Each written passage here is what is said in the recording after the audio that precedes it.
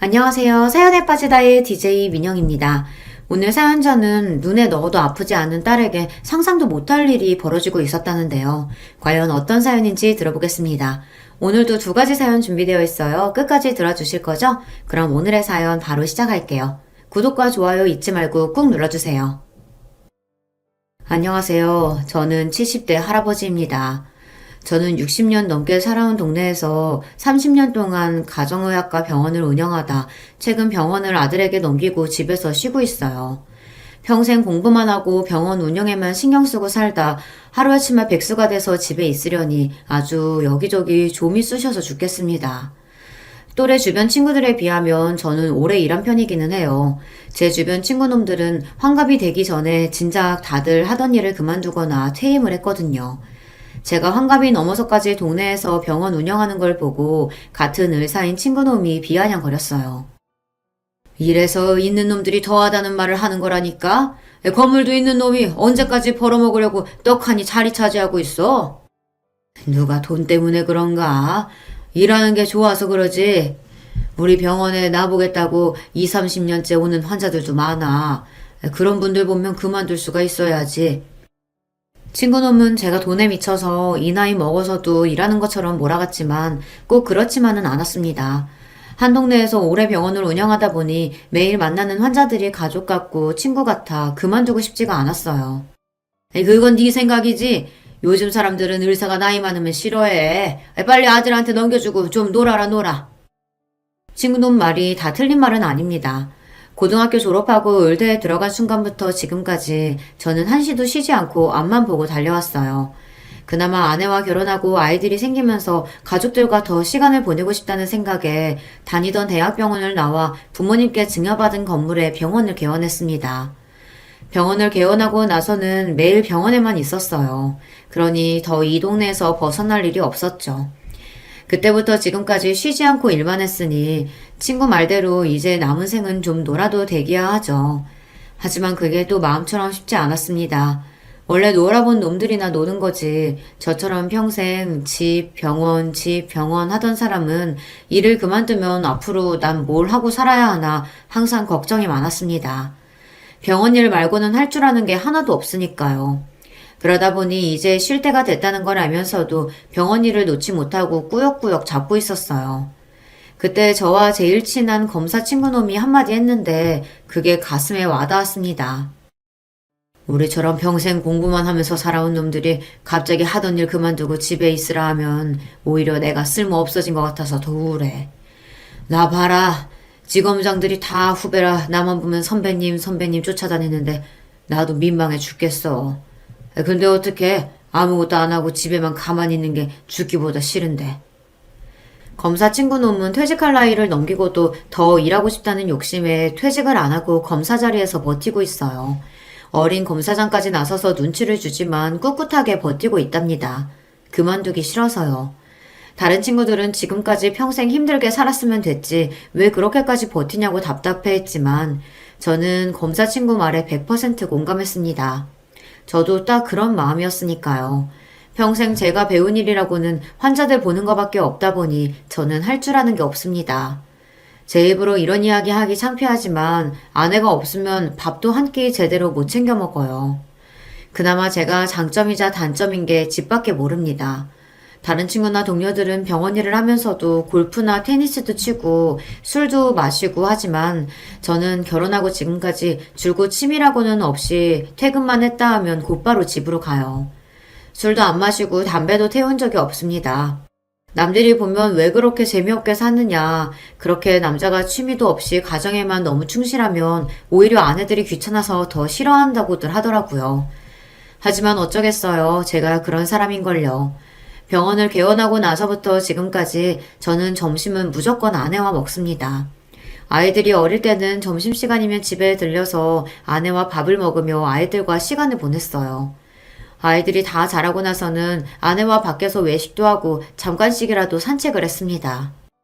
아내도 저와 비슷한 사람이라 책 읽고 화분 키우는 거 말고는 딱히 취미생활도 없고 친구도 많지 않아요. 그러다 보니 저와 아내는 서로가 서로에게 배우자이자 가장 좋은 친구였습니다. 둘이 같이 하는 게 제일 좋고 편했어요. 이런 이야기를 하면 사람들이 잘 안 믿어요. 에이, 그건 원장님 생각이신 것 같은데요? 사모님은 혼자 편하게 먹고 쉬고 싶은데 원장님이 자꾸 집에 오셔서 오히려 귀찮으실 수도 있죠. 제가 점심시간만 되면 집에 갔다 오겠다고 하니 함께 일하는 간호사들은 그냥 병원에서 같이 먹자고 했어요. 제가 점심마다 집에 가면 오히려 아내가 더 귀찮아 할 거라고요. 아니에요, 김 간호사님. 우리 어머니도 아버지가 집에 와서 식사하시는 거 좋아하세요. 아들인 저는 오라는 소리 한 번 안 하시면서 아버지는 꼭 집에 와서 식사하시라고 하신다니까요. 어머, 그래요? 암튼 우리 원장님이랑 사모님 금실 좋은 건 알아줘야 한다니까요. 아내와 저는 의대 시절부터 알고 지내 7년을 연애하고 결혼했어요. 요즘에야 오래 연애하는 일이 많다지만 저희 때는 흔하지 않았습니다. 여자 나이 20대 중반만 돼도 부모님께서 결혼하라고 난리였거든요. 아내도 마찬가지였어요. 처가에서는 아내가 대학을 졸업하자마자 결혼하길 바라셨지만 제가 그럴 상황이 아니었습니다. 제가 의대생이라 의대, 인턴, 레지던트 생활을 계속하느라 결혼을 생각하기가 힘들었거든요. 친구 중에는 인턴 레지던트를 하면서도 결혼하는 애들이 꽤 있었지만 저는 그러고 싶지 않았어요. 당시에 병원 생활이 워낙 바빠서 어차피 거의 집에 들어가지도 못하는 상황이었기 때문에 결혼해도 아내를 챙기지 못하고 힘들게 할 게 뻔했거든요. 그래서 레지던트라도 끝내고 결혼하려고 했어요. 그 긴 시간을 기다려준 게 제 아내입니다. 제가 레지던트를 끝낼 때까지 기다려준 것도 고마운데 아내는 결혼과 동시에 제 내조를 위해 다니고 있던 출판사도 그만뒀어요. 아내가 출판사 일을 좋아한다는 걸 누구보다 잘 아는 저로서는 아내에게 고마우면서도 너무 미안했습니다. 당시에는 여자가 결혼하면 일을 그만두는 걸 당연하게 생각하던 시대였지만 저는 그렇게 생각하지 않았어요. 아내도 저와 마찬가지로 대학도 나오고 공부도 할 만큼 해서 회사에서 본인의 성과를 내고 있었는데 아내이자 엄마가 되었다고 해서 회사를 그만두는 게 너무 당연시 됐으니까요. 아내는 그렇게 좋아하던 일도 그만두고 저와 아이들을 위해서만 30년 넘게 희생하며 살았어요. 저야 병원에서 일만 하느라 정신없었지만 아내는 그 긴 시간 동안 자기 삶이라고는 없이 아들과 딸을 키우며 아들은 의사로 딸은 간호사로 훌륭하게 키워냈습니다. 아내가 없었다면 지금의 저도 아이들도 없었을 겁니다. 아내의 희생을 누구보다 잘 아는 저로서는 아내만 생각할 수밖에 없었어요. 골프고 테니스고 술이고 친구고 그 무엇보다 아내가 저에게는 무조건 1등이었습니다. 그런 아내를 위해서 제가 할 수 있는 일은 함께 시간을 많이 보내주는 것밖에 없었어요. 그래서 꼭 집에 들러 아내와 함께 점심을 먹는 겁니다. 모르는 사람들이 그게 더 아내를 힘들게 하는 거라고 하지만 저는 그렇게 생각하지 않아요. 사실 최근 아내와 함께 병원에서 건강검진을 했는데 진단 결과가 좋지 않았어요. 아내에게 우울증 증상이 있답니다. 저나 아내나 나이가 있다 보니 언제 몸에 문제가 생겨도 이상하지 않을 나이예요. 하지만 다른 거를 다 떠나서 아내에게 우울증 증상이 있다는 게 저에게는 충격적이었습니다. 아내의 행복만이 저에게는 기쁨이라 할 수 있는 한 아내를 기쁘게 해주기 위해 노력하며 살아왔는데 우울증이라니 가슴이 아팠죠. 저는 아내를 데리고 바로 정신과 진료를 받았어요. 그런데 병원 진료를 받고 난 뒤 아내에게 생각지도 못한 이야기를 들었습니다. 제가 걱정할까봐 말은 안 했지만 아내가 지난 1년 동안 많이 힘들었대요. 1년 전 딸아이가 결혼했어요. 그 이후 아내가 불안하고 우울했답니다. 매일 붙어 있을 때는 몰랐는데 옆에서 하루 종일 쫑알거리던 애가 없으니까 허전하고 외롭고 그러네. 보고 싶어도 아무 때나 보지 못하니까 더 걱정도 되고 보고 싶기도 하고. 사실 저희 식구가 유독 넷이 가깝기는 한데 아내와 딸 사이가 유난히 좋았어요. 다른 집 딸들은 사춘기 때 말도 안 듣고 방황도 많이 한다는데 저희 딸은 사춘기도 없이 무난하게 컸거든요. 더군다나 딸이 막내라 그런지 애교도 많아서 우리 집에는 없어서는 안 될 비타민이었죠. 그런 딸이 대학에서 강원도 남자를 만나 연애하더니 결혼하면서 강원도로 가버렸어요. 결혼하기 전까지 딸도 제 병원에서 일했었는데요. 하루아침에 결혼해서 그 먼 강원도로 가버렸으니 허전함이 말로 표현할 수 없을 정도였죠. 네, 저도 압니다. 자식이 자라면 독립해서 나가는 게 당연한 일이죠. 하지만 저는 아직 마음의 준비가 되지 않았었어요.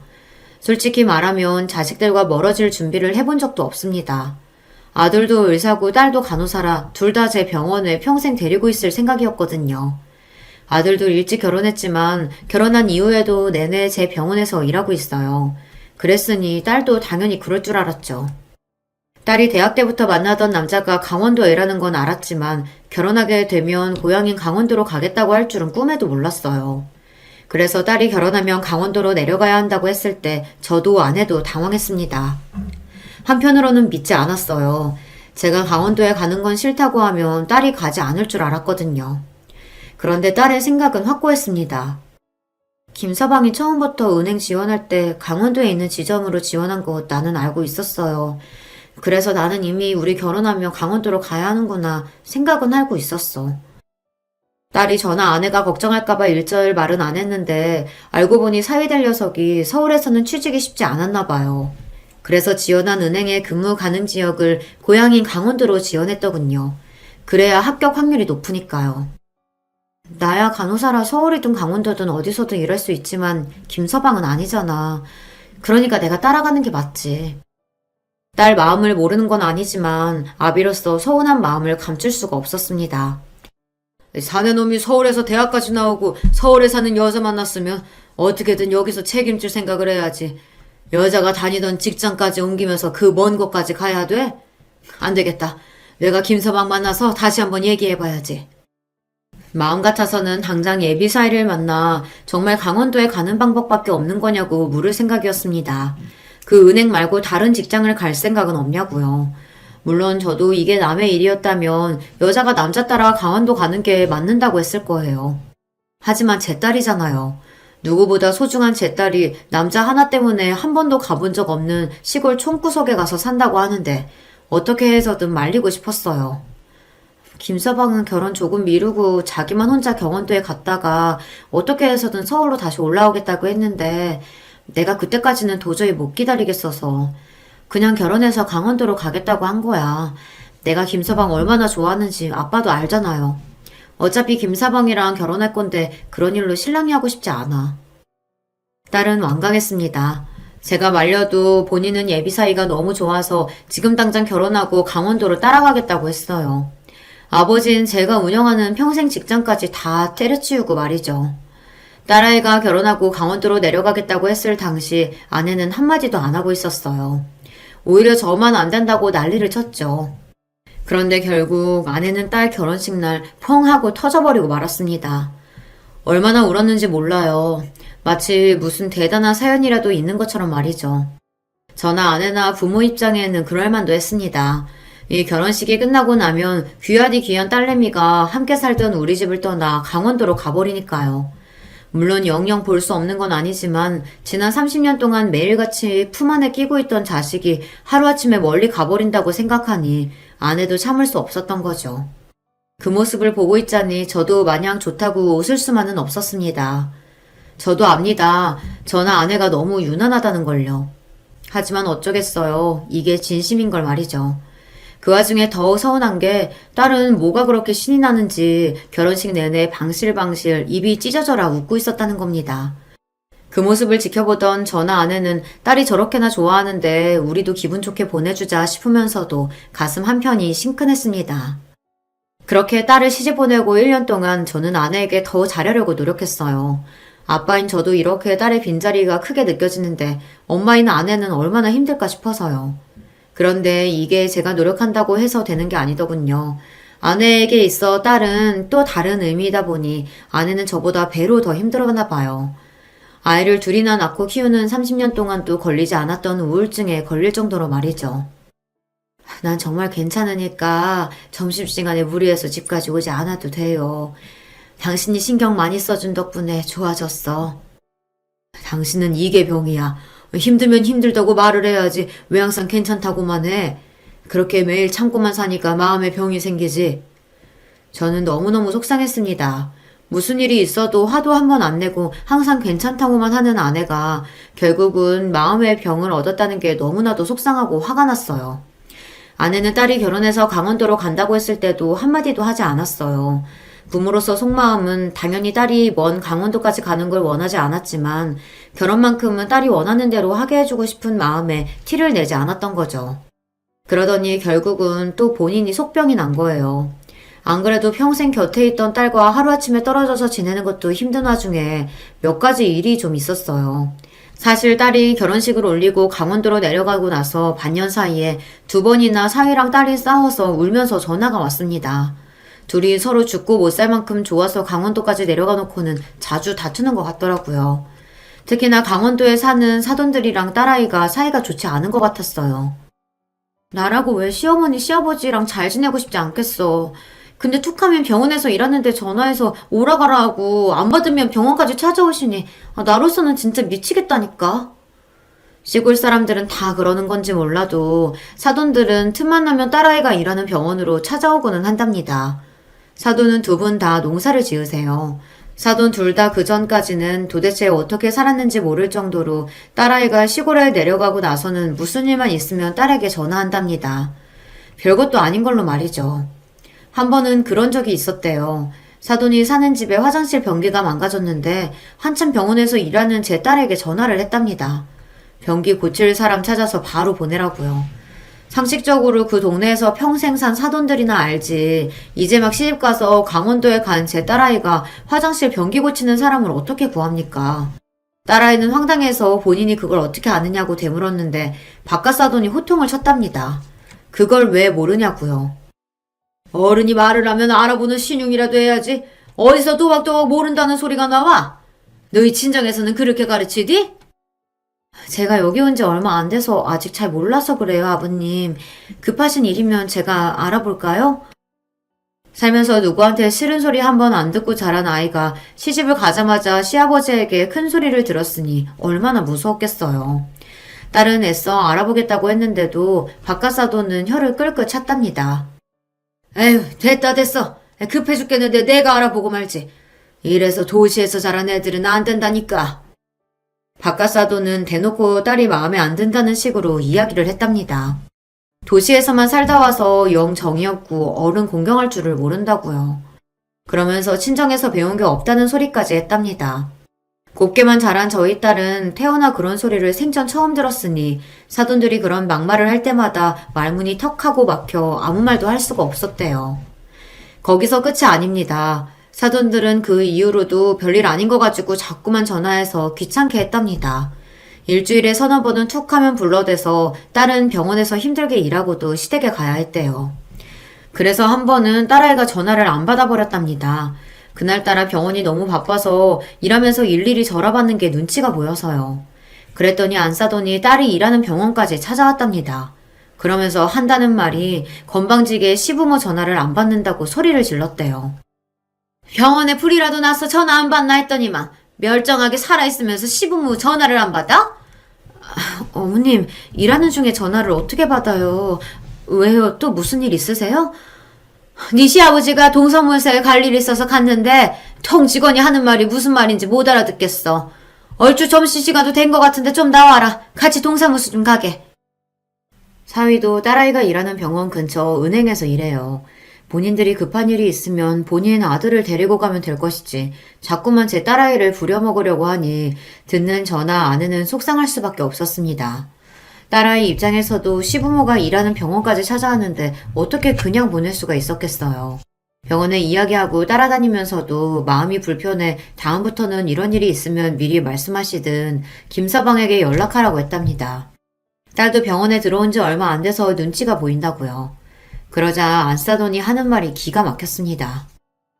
아이고, 남자가 회사에서 일하는데 부모가 왔다 갔다 하면 누가 좋아하겠어. 우리 아들 창창한 앞길 막을 일이 있나. 새아기 너는 괜한 일로 네 남편 일할 때 시시콜콜 전화하지 마라. 애 괜히 상사들 앞에서 눈치 보인다. 안싸돈의 말에 어이가 없었던 딸은 어처구니가 없어서 한마디 했답니다. 어머니, 저도 어머님이 이렇게 병원까지 찾아오시면 다른 직원들한테 눈치 보여요. 이러다 저 병원에서 잘리면 어떡해요. 너야 여잔데 뭐가 걱정이야? 병원 잘리면 집에 들어앉아서 우리랑 농사나 지으면 되지. 사람이 사고방식이 어떻게 저럴 수가 있죠. 아무리 자기 자식이 아니라도 그렇지 남의 집 귀한 자식한테 저딴 소리를 할 수 있는지 모르겠어요. 안사돈의 말에 기분이 상한 딸은 참지 않고 이야기했답니다. 어머님도 참 도대체 언제적 이야기를 하시는 거예요. 저는 병원 그만둘 생각도 없고 농사 지을 생각도 없어요. 안 그래도 강원도까지 내려와서 새로 일 시작하느라 고생했는데 저 지금 잘리면 안 돼요. 딸은 간호사 일을 좋아합니다. 거기다가 아이들을 좋아해서 처음 간호사가 됐을 때 소아과에서 오래 일했어요. 나중에는 제 부탁으로 어쩔 수 없이 제 병원에서 일했던 거예요. 딸아이는 강원도에 가자마자 당장 일할 수 있는 소아과를 알아봐서 면접 본다고 잔뜩 들떠 있었어요. 다행히 그 중에 한 군데 합격해서 굉장히 좋아했습니다. 그런 직장을 안 싸도는 자기 마음대로 그만둬라 마라 하니 딸아이 입장에서는 어이가 없을 수밖에 없었죠. 더군다나 더 어이가 없는 건 이제 결혼한 지 몇 개월 되지도 않았는데 아기 이야기를 했다는 겁니다. 잘리면 안 될 게 뭐가 있어? 잘리면 오히려 잘된 일이지. 새아기 너한테 안 그래도 한번 이야기하려고 했는데 너 애는 안 갔니? 시집을 왔으면 하루라도 빨리 애 가질 생각부터 해야지. 일은 무슨 일이야. 딸아이는 그제야 현실을 직시했답니다. 아무리 시골분들이어도 시대가 많이 변했으니 서울에서 내려온 며느리를 조금이나마 안쓰러워하고 가여워해 주실 줄 알았는데 사돈들은 그런 사람들이 아니었어요. 나이 지역을 떠나 그냥 자기들 집안밖에 모르고 며느리는 도구로밖에 볼 줄 모르는 한심한 인간들이었죠. 그런 이야기를 들을 때마다 저도 저지만 아내가 너무 힘들어했어요. 아무리 급한 일이 있어도 며느리가 일하는 직장인데 거기까지 찾아오면 어떡한다니? 김서방은 그런 이야기 듣고도 가만히 있었어? 아내는 딸아이의 이야기를 듣다 도저히 이해가 되지 않았는지 그런 상황에서 김서방은 도대체 뭘 하고 있었느냐고 나무랐습니다. 김서방? 말도 마 엄마. 차라리 가만히 있는 게 나아. 내가 짜증나서 이야기했더니 시부모님이 며느리가 일하는데 못 가냐고 갈 수도 있는 거 아니냐고 오히려 나더러 이해심이 부족하대. 결혼할 때는 강원도에 가서도 제 딸아이가 하고 싶은 대로 다 하게 해주겠다고 걱정하지 마시라고 그렇게 신신당부를 하고 데려가더니만 사위놈은 정작 강원도에 내려가서는 제 딸아이에게 신경도 쓰지 않았습니다. 오히려 자기 부모들 편만 들었어요. 알고 보니까 엄마, 김서방이 효자 중에 효자더라고. 자기 부모님 관련된 일에는 절대 내 편을 안 들어준다니까. 나 정말 서러워 죽겠어, 엄마. 아이고, 우리 딸 안쓰러워서 어떡하니? 아휴, 내가 또 괜히 엄마 목소리 들으니까 울컥해서 하소연만 실컷 했네. 엄마, 너무 걱정하지 말아요. 시부모님만 아니면, 그래도 다른 건 다 지낼만 해요. 김서방도 둘이 있을 땐 잘해주고. 전화를 끊을 때만 되면 딸은 항상 그래도 괜찮다고 잘 지내고 있다면서 걱정하지 말라고 했어요. 하지만 부모 마음이 어디 그런가요? 전화를 끊고 나면 그날은 저나 아내나 잠도 잘 못 자고 설칠 정도로 딸이 걱정되고는 했습니다. 아무래도 제 딸아이가 어릴 때부터 귀하게 자라다 보니 시골에서 평생 사신 어르신들 눈에는 못 믿어올 수는 있습니다. 하지만 아무리 며느리라도 남의 자식인데 본인들 편한 대로 휘두르려고 하시니 저나 아내나 사돈을 생각하면 원망스럽기도 하고 딸아이 걱정이 이만저만이 아니었어요. 그러다 보니 한 번씩 딸아이가 서울에 올라올 때마다 저나 아내는 뭐든 해주려고 애썼습니다. 내리 사랑이라고 딸아이가 아무리 다 컸어도 저희 눈에는 마냥 아기 같았어요. 딸아이는 오랜만에 엄마 아빠 만났으니 강원도에서 힘들었던 일을 털어놓기도 하고 하소연을 하기도 했죠. 하지만 그 모습을 지켜봐야만 하는 부모는 마음이 찢어지고는 했습니다. 너무 맛있다. 강원도에는 이 맛있는 도넛이 왜 없을까? 그냥 내가 돈 벌어서 하나 차릴까? 딸이 제일 좋아하는 도넛 브랜드가 딸이 사는 지역 내에는 없어요. 그렇다 보니 서울에만 올라오면 도넛을 2박스씩 먹고 갑니다. 그 모습을 보면 별거 아닌 일인데도 부모가 보기엔 마냥 안쓰러워요. 병원 간호사들이랑 의사쌤들도 다 강원도 출신이라 확실히 자기들끼리 더 통하는 게 있어. 내가 무슨 말만 하면 서울 사람이라 모르는 거라는 식으로 이야기하는데 은근 기분 나쁘다니까. 딸이 힘들었다고 하는 말들이야 대부분 다 당연한 것들입니다. 서울에서 쭉 살다가 결혼하고 나서 강원도에 내려간 경우다 보니 사는 방식이나 시스템이 다른 게 많아요. 일부러 그런 건 아니겠지만 서울 사람이라고 은근 소외되는 것도 많을 거고요. 딸이 그런 이야기를 할 때면 저는 무조건 딸 편을 들어줍니다. 그게 부모로서 당연한 거니까요. 시부모님은 티나게 차별하시는 게 한 상에다 다 같이 밥을 먹잖아? 그럼 꼭 고기나 생선 같은 맛있는 반찬은 남편 앞에만 놔준다? 내가 손 안 닿는다고 한 접시 더 내놓으려고 하면 상도 좁은데 뭐하러 그러냐고 하셔. 그럴 때마다 너무 기분 나빠. 먹는 거 가지고 치사하게 왜 그런데? 아유, 안쓰러운 우리 딸. 여기서는 고기며 생선이며 다 우리 딸 먹어. 역시 우리 엄마 아빠밖에 없다니까. 나 진짜 눈물 나. 나도 그냥 서울에 살고 싶다. 부모로서 자식을 강하게 키우려면 시집 갔으면 그 정도는 참고 해내야 한다. 그러게 그 먼 곳까지 뭐하러 시집을 갔냐 하고 말하면 그만이지만 저나 아내는 그런 말이 나오지 않았어요. 어릴 때부터 둘째는 딸이라고 유독 금이야 오기야 하면서 종종 걸음으로 키워서 그런지 시집을 보내놓고도 마음이 놓이질 않아요. 사회생활 하면서도 힘든 일이 있더라도 친정에 돌아와서만큼은 귀하디 귀한 막내딸로 돌아오게 해주고 싶었어요.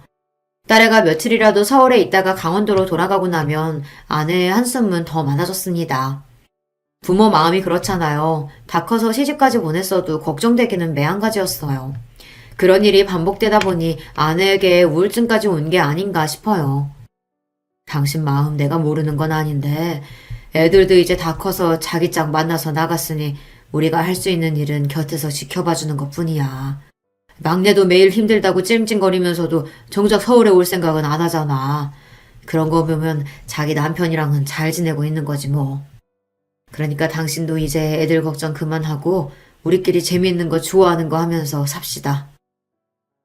제가 말한다고 해서 아내가 하루아침에 애들 걱정을 안 하는 건 아니겠지만 그래도 제가 곁에서 더 잘하다 보면 아내도 분명 좋아질 거라고 생각했어요.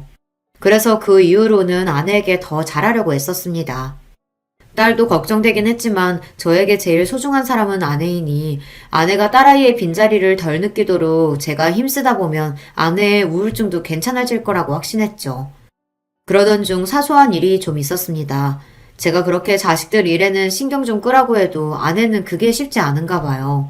얼마 전에 딸내 안사돈 생일이었는데 아내가 그걸 어떻게 알고는 백화점에서 선물을 사서 보냈더군요. 알고 보니 저는 전혀 모르고 있었는데 딸애가 결혼하고 나서 아내가 사돈들 생일이면 매번 선물을 보냈대요. 아이고, 안 그래도 챙길 사람 많은 사람이 사돈들까지 챙기느라 고생이 많네. 그래서 안사돈은 선물 마음에 드신대? 연락은 왔어? 아내 성격이 원래 그래요. 꼼꼼하고 차분해서 주변 사람들을 참 잘 챙깁니다. 제가 말 안 해도 항상 병원 간호사들 생일이며 경조사까지 알아서 챙겨준 덕분에 병원 간호사들이 다들 아내를 좋아해요. 덕분에 간호사들도 잘 그만두지 않아서 함께 오래 일하기도 했고요. 아내의 마음 씀씀이를 아는 저로서는 아내가 다 저나 자식들을 생각해서 그런 걸 챙긴다는 걸 알죠. 안 그래도 딸이 사돈들과 잘 지내지 못하니 아내가 더 신경을 썼을 것도 알고요. 그런데 사돈들이 보통이 아닌 게 선물을 받고도 일절 인사 한마디가 없답니다. 그게 사실은 진영이 쳐가는 내가 사소한 거라도 보내면 항상 바로 연락이 왔거든. 명절이면 본인들도 과일이라도 보내고 물론 내가 뭘 바라고 한 건 아니지만 그래도 사돈지간인데 선물 보냈으면 최소한 고맙다고 메시지라도 보내야 하는 게 맞는 거잖아. 그것도 싫으면 애들한테라도 말을 하든지. 아휴, 사돈이라고 무뚝뚝한 건 알았지만 어쩜 메시지 한 통도 없는 거 있지? 아내가 웬만해서 남의 말을 하는 사람이 아닌데 이건 충분히 그럴 만도 했습니다. 아내가 아들 처가에도 생신이나 경조사가 있을 때마다 선물을 보냈다 보니 딸내 시댁에도 그렇게 한 거예요. 그런데 벌써 두어 번 선물이랑 과일을 보냈는데도 통 연락이 없었답니다. 그 소리를 듣는데 저까지도 기분이 상했어요. 사람 사는 게 그렇잖아요. 우리가 뭘 바라고 보낸 것도 아니고 단순히 호의로 보낸 건데 생각이 있는 사람들 같으면 고맙다는 말 한마디 해야 하는 거 아닐까요? 저는 영 마음이 쓰여 사위랑 통화하다가 은연중에 선물 이야기를 했습니다. 자네 장모가 안 사돈 생일이라고 백화점에서 스카프 사서 보냈다는데 혹시 어머님은 잘 받으셨다니? 작년에도 그렇고 올해도 그렇고 통 연락이 없으신 게 선물이 영 마음에 안 드시는 건 아닌가 걱정이 되네. 제 말에 사위는 놀라서 오히려 저에게 선물을 보냈냐고 되물었어요. 사위도 사돈이 전혀 말을 안 해서 몰랐답니다. 사위에게 그런 소리 하면 사위도 신경 쓰일 거라는 걸 저도 알고는 있었지만 선물을 보내놓고도 혹시나 사돈이 마음에 안 들어하는 건 아닌가 걱정하는 아내가 안쓰러워 저도 모르게 사위에게 툭 하고 이야기했어요. 그러자 사위가 그 이야기를 딸에게 했는지 바로 다음날 전화가 왔더라고요. 아빠, 우리 집에서 시댁에 선물 보냈다는 소리를 김서방한테 뭐하러 했어? 궁금하면 그냥 나한테 물어보지. 왜? 내가 그런 얘기 했다고 설마 김서방이 너한테 뭐라고 해? 제가 괜한 소리를 했는지 그 일로 딸이랑 사이가 티격태격한 거 아닌가 저도 걱정됐어요. 그런 건 아닌데 그래도 김서방이 많이 무안했나 봐. 그래도 김서방이 시부모님께 이야기해서 나한테 고맙다고는 하셨어. 스카프도 마음에 든다고 하셨고. 아마 엄마 연락처를 몰라서 연락을 못 하셨던 것 같아. 아이고, 엎드려 절 받기가 따로 없네. 세상에, 무슨 사람들이 그렇게 무뚝뚝하다니? 아무리 연락처를 몰라도 이왕 사람이 선물을 보냈으면 너한테라도 고맙다고 전해야지. 김서방 부모님이라지만 참 정이 없다. 그러게, 우리 시댁이 좀 그래. 자기 식구들끼리 매일 똘똘 뭉쳐서 도리니 예인이 무진장 따지는데 정작 본인들은 안 그러신다니까. 딸에게 평소 사돈들이 어떤지 익히 들어서 기대도 안 했지만 역시나 사돈에게 연락은 없었습니다. 딸 말로는 딸에게 고맙다고 인사를 했다는데 사실 믿지 않아요. 딸이 저나 아내가 서운해할까봐 그냥 한 이야기라는 걸 안 들어도 알겠더라고요. 그러던 어느 날이었습니다. 설을 맞이해 오랜만에 딸애랑 사위가 집에 왔어요. 딸애가 지난 추석 때 몸이 좀 안 좋아서 못 오는 바람에 거의 6개월 만에 얼굴을 보는 거였거든요. 저나 아내나 둘 다 오랜만에 딸을 볼 생각에 좋아서 이것저것 딸이 좋아하는 음식이랑 반찬을 해놓고 강원도에서는 잘 못 먹는다는 간식이랑 배달 음식도 잔뜩 사뒀어요. 그런데 반년 만에 만난 딸의 얼굴이 많이 상해 있었습니다. 살이 많이 빠진 것도 빠진 건데 스트레스를 많이 받았는지 머리카락도 빠져서 정수리가 휑하더라고요. 그 모습을 보자마자 걱정부터 앞선 아내는 딸아이에게 다가가 볼을 어루만졌어요. 걱정이 서린 눈으로요. 살이 왜 이렇게 빠졌어? 추석 때 폐렴으로 고생했다더니만 아직도 통 못 먹는 거야? 아니면 무슨 걱정거리라도 있어? 추석 때 갑자기 폐렴이 심해져서 도저히 올라올 수 없다고 했던 딸이 걱정돼 그 이후 아내는 좋다는 영양제를 박스로 사서 택배로 보냈어요. 면역에 좋다는 음식도 잔뜩 보내주고요. 그랬는데도 살이 쏙 빠져서 온 딸아이를 보니 마음이 아팠습니다. 타지 생활이 힘들긴 많이 힘들어 보여서요. 공기도 좋은 데 살면서 얼굴이 왜 이렇게 안 좋아? 머리는 또 왜 이렇게 빠지고? 김서방, 혹시 우리가 모르는 일이라도 있는 건가? 저도 한치 걸러 두치라고 딸 얼굴이 안 좋으니 괜히 사이를 원망하게 되더라고요. 멀쩡한 우리 딸을 강원도까지 데려가서 얼마나 힘들게 했으면 애 몰골이 이런가 싶어서요. 장모님, 장인어른 너무 걱정하지 마세요. 이 사람 폐렴은 진작 좋아졌는데 본인이 자꾸 살 뺀다고 안 먹어서 이러는 거예요. 여보, 오랜만에 친정 와서 밥 먹는 거니까 다이어트 신경 쓰지 말고 자기 먹고 싶은 거 다 먹어. 사위 말로는 딸이 살이 쪘다고 스트레스를 받더니만 자꾸만 안 먹고 굶는 다이어트를 해서 얼굴도 안 좋고 머리카락도 빠진 거랍니다. 사위가 말을 해도 딸이 말을 안 듣는데요. 네가 살 뺄 데가 어딨다고 다이어트를 해. 너 그러다 쓰러져. 아휴, 안 되겠다. 이왕 올라온 김에 명절 지나고 며칠 더 여기 있어. 온 김에 건강검진 싹 받고 가게. 아무래도 딸 안색이 좋지 않은 것 같아 저는 병원에 며칠 휴가를 내고 서울에 있으라고 했어요. 이것저것 검사 좀 받아보자고요. 아니에요, 아버님. 올해 강원도에 있는 대학병원에서 저랑 같이 검사 다 받았어요. 둘 다 아무 문제 없대요. 그러자 사위 말이 이미 건강검진은 다 받았답니다. 둘 다 아무 문제 없대요. 그래? 위랑 내장도 다 내시경 한 거 맞지? 애가 볼 때마다 살이 자꾸 빠지는 게 아무래도 걱정되네. 아유, 김서방이 어련히 알아서 잘 챙길 텐데 나도 늙어서 그런가 점점 더 노파심이 드네. 사위가 딸에게 별 문제 없다고 하자 저도 안심이 됐습니다. 그제야 제가 사위 앞에서 너무 유난하게 굴었나 싶더라고요. 이해해요, 아버님. 귀한 막내딸 타지에 내려가 있으니 얼마나 걱정이 많으시겠어요. 저도 딸 생기면 아버님이랑 똑같이 할 것 같아요. 그래도 우리 김서방이 내 마음 이해해 주니까 좋네. 아유, 시장전 할 텐데 얼른 밥부터 먹자. 나이가 들면 자식들도 다 크고 독립해서 더는 걱정할 게 없을 줄 알았는데 아니더군요. 늙은이 노파심에 괜한 걱정이 더 늘어갔어요. 그래도 사위가 저렇게 제 딸을 걱정하며 이야기해 주니 마음은 놓였습니다. 그런데 한 가지 걸리는 게 있었어요. 딸아이가 말수가 많이 줄었다는 겁니다.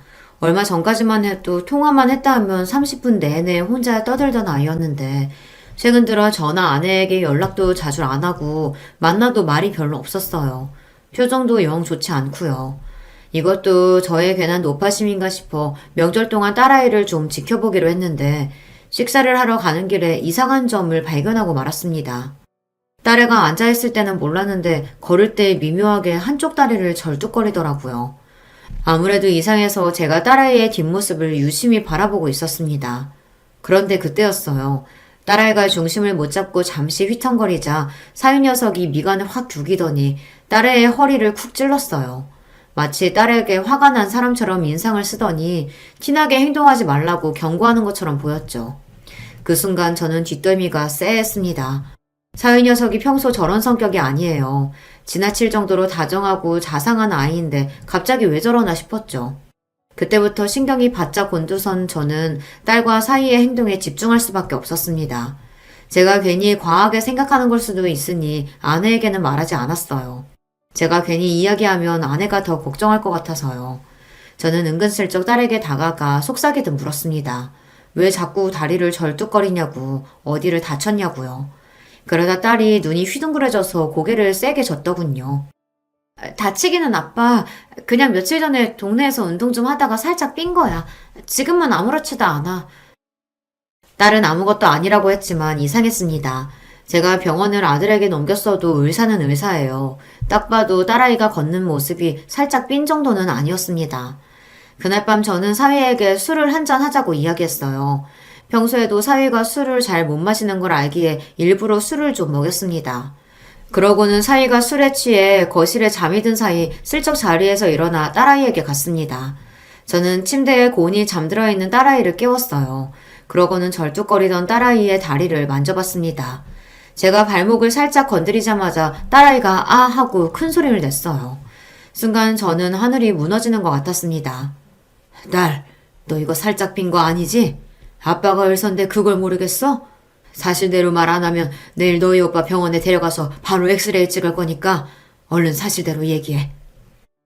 낮에 걷는 모습을 뒤에서 봤을 때도 분명 살짝 삔 정도로만 보이지는 않았어요. 적어도 발가락이라도 금이 갔을 거예요. 그 정도로 다쳤으면 병원에 가서 검사하고 깁스라도 해야 하는데 간호사인 딸이 아무런 조치도 없이 저러고 다니는 게 아무래도 이상했습니다. 평소 딸에게 큰 소리 한 번 낸 적 없는 제가 새벽에 자는 딸까지 깨워 그 정도로 몰아붙였으니 딸도 적잖이 당황한 것 같더라고요. 제 말에 우물쭈물하던 딸은 잠시 망설이다가 힘겹게 말을 꺼냈습니다. 왈칵 눈물까지 쏟으면서요. 그러더니 한다는 말이 충격적이었습니다. 아빠, 나 사실 김서방한테 맞았어. 그래서 계단에서 굴러 넘어지는 바람에 다리도 다친 거야. 바로 병원 가서 치료받으려고 했는데 저 인간이 이번에도 다쳐서 친정에 오면 본인 의심받을 것 같으니까 절대 병원 가면 안 된다고 하도 난리를 쳐서. 딸은 서러움에 울컥울컥 하면서도 힘겹게 말을 이어갔습니다. 저는 이야기를 듣는 내내 너무 놀라서 말문이 턱하고 막히고 말았습니다. 한 번도 생각해 본 적이 없던 일이에요. 제 딸이 귀하디 귀한 우리 딸내미가 남편에게 맞는다뇨. 딸, 그게 정말이야? 그런 일이 있었으면 바로 아빠한테 연락을 했어야지. 왜 혼자 끙끙거리고 참고 있었어? 제 딸이 너무 거지 같은 일을 당했다는 것만으로도 너무 화가 났지만 더 화가 나는 건 그런 일을 겪고도 아무한테도 말도 못하고 혼자 참고만 있었다는 게 더 화가 났습니다. 난 당연히 아빠한테 연락하려고 했지. 근데 그 인간이 내 핸드폰도 뺏어갔어. 그러면서 친정에 연락하면 아버지 병원에 불 지를 거라고 미친 소리까지 하고. 그래서 도저히 안 되겠다 싶어서 서울 올라가려고 짐 쌌는데 그때부터 못 가게 매일 때리는 거야. 아빠, 나 그 인간한테 매일 맞고 살았어. 세상에 어떻게 이런 일이 있을 수가 있을까요? 저는 새까맣게 몰랐습니다.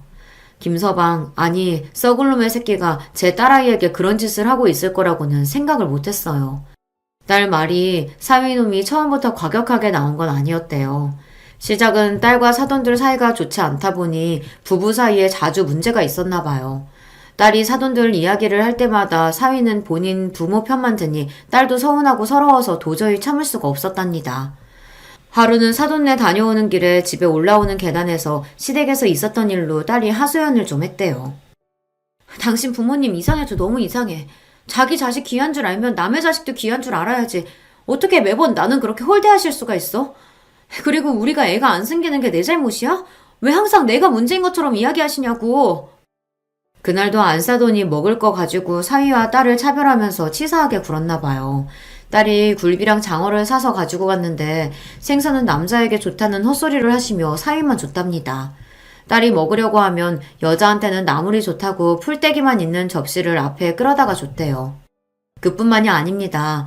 딸이 화장실에 씻으러 들어갔는데 바깥 서더니 보일러를 꺼버렸답니다. 날씨가 아직 더우니 찬물로 씻으라고요. 이게 말이나 되는 소립니까? 시댁에서 그런 취급을 받고 왔으니 딸이 화를 내는 것도 당연했죠. 그런데 딸보다 앞서갔던 사위 새끼가 뒤에서 하소연하는 소리가 듣기 싫다면서 소리를 지르고는 딸 어깨를 밀어버렸나 봐요. 딸은 그대로 계단에서 굴러 떨어진 거죠. 사위 새끼도 처음에 놀라서 딸을 부축하고 집에 들어왔대요. 본인이 너무 화가 나서 참지 못했다고 미안하다고요. 그런데 그날 저녁 밥을 먹다가 딸이 시댁에서 있었던 일이 떠올라 한마디를 더 했는데 사위놈이 또 그 소리를 한다고 화를 내며 상을 엎어버렸대요. 그제야 정신이 든 딸은 도저히 안 되겠다 싶어 절뚝거리는 다리로 친정에 가겠다고 했답니다. 더는 못 살겠다고요. 그러자 당황한 사위 새끼는 그때부터 욕을 하고 때린 거예요. 들으면 들을수록 사위 새끼는 인간 말종이었습니다. 사위 새끼는 한 번 때리는 거로도 모자라서 본인이 저지른 일을 덮기 위해 계속 때리고 친정에 연락도 못하게 한 거죠. 심지어 이번에 서울에 올라오면서도 딸에게 전화 아내에게 이야기하면 그 자리에서 전화 아내를 죽여버리겠다는 소리까지 했답니다. 저는 지금이라도 당장 거실로 나가 세상 모르고 잠들어 있는 사위놈의 면상을 짓밟고 싶었습니다. 당장 경찰에 전화해 저 가정 파괴범을 잡아가라고 하고 싶었어요. 하지만 그 정도로 좋게 넘어가 줄 수는 없었습니다. 저 뻔뻔한 낯짝을 다시는 못 들게 다니고 해주고 싶었어요. 그날 새벽 명절 연휴인 것도 불사하고 저는 친구들에게 연락했습니다. 제 친구 녀석 중 유일하게 아직도 현역에 있는 검사 친구에게요. 그리고 부탁을 좀 했어요. 제 사위놈을 잘근잘근 짓밟을 방법을 좀 찾아달라고요. 다음날 아침 제 소원이 이루어졌습니다. 사위놈은 제 검사 친구와 사위가 다니는 은행에서 나온 내부 감사팀 사람들에게 잔뜩 둘러싸인 채로 끌려나갔습니다. 오진석 씨, 불법 대출 횡령으로 바로 감사 진행하겠습니다. 절차에 따라 얌전히 따라와 주세요. 네? 아니, 불법 대출이라뇨? 그럴 리가 없어요. 아버님, 저 좀 도와주세요. 아버님 아시는 분들 중에 검사도 있고 변호사도 있으시잖아요. 오진석 씨? 이걸 어쩌죠? 내가 바로 그 아시는 분인데. 식구들 깨기 전에 조용히 따라 나오시죠. 그리고 조금 있으면 경찰도 올 거예요. 횡령조사 끝나는 대로 쓰레기 같은 가정 파괴범으로 조사도 받아야 하거든요. 아유, 바쁘다 바빠. 말도 안 돼. 아버님, 아니에요. 제가 그런 거 아니라고요. 쪼다 같은 사위놈은 제 딸에게 험한 짓을 할 때는 언제고 제 집에서 끌려나가면서는 저에게 도와달라고 울고불고 난리를 쳤습니다. 본인은 억울하다고요. 그 모습을 보는데 저는 절로 미간이 구겨지면서도 웃음이 새어나왔어요. 이게 다 어떻게 된 일이냐고요. 제가 명절날 연휴에 미안함을 무릅쓰고 친구에게 부탁을 좀 했습니다. 40년 넘게 검사로 지낸 친구다 보니 주변에 아는 사람이 많아요. 웬만한 재계의 인사들은 다 압니다. 그런 친구에게 부탁하면 사위새끼 하나 망가뜨리는 건 일도 아닐 거라는 확신이 들었죠. 역시나 제 생각이 맞았습니다. 그 늦은 새벽에 연락했는데도 친구 녀석은 저를 위해 여기저기 연락을 해줬어요. 덕분에 사위새끼 직장부터 해서 주변의 사람들까지 탈탈 털었습니다. 그런데 천만다행으로 오래 걸릴 필요도 없이 사위 직장에서 이미 걸리는 게 있더군요. 이 자식이 아무리 고향이라도 그 먼 강원도 지점까지 지원해서 들어갔다길래 그냥 부모님이 계신 고향으로 간 건 줄 알았더니만 다 이유가 있었더군요. 알고 보니 자기 부모와 주변 친척들에게 불법 대출을 해주고 있었어요. 애초에 있지도 않은 담보를 가지고 대출을 해준 거죠. 검사 친구가 파자마자 불법 증거들이 대거로 나오자 친구 녀석은 신이 나서 제게 전화가 왔더군요. 그 새끼 아주 악질 중에 악질이야. 일부러 자기 식구들 배부리려고 작정하고 은행에 취직한 것 같아. 내가 해 뜨자마자 바로 그 새끼 잡으러 갈게. 기다려, 친구야. 그때만 생각하면 저는 아직도 온몸에 소름이 돋아요. 안 그래도 딸에게 듣기로 사위새끼네 집안이 자기들끼리 똘똘 뭉쳐서 지낸다는 소리를 듣기는 했어요.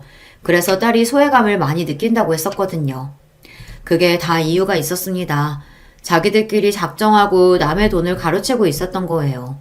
세상에 저런 부모가 어디 있답니까? 자기들 배불리겠다고 아들에게 저런 더러운 짓을 시키다니요. 검사 친구 덕분에 아직도 술에 취해 고주망태로 누워있던 사위놈은 그대로 끌려갔습니다. 아내와 딸이 자는 사이인 일어난 일이라 저는 딸이 일어나자마자 새벽녘에 있었던 일을 이야기해줬어요. 제 말에 딸은 안도의 눈물을 흘렸습니다. 아빠, 정말이야? 그 인간 잡혀갔어? 그래, 내가 뭘 했어? 아빠가 다 알아서 할 거라고 했지? 너랑 이혼은 당연한 거고 그 자식 은행에서 쫓겨나게 해서 감옥에 보낼 거야. 딸, 이제 걱정하지 마. 아빠가 다 알아서 해. 제 말을 듣던 딸은 제품에 안겨 펑펑 울었습니다. 진작 집에 올 걸 그랬다며 한참을 서럽게 울었어요.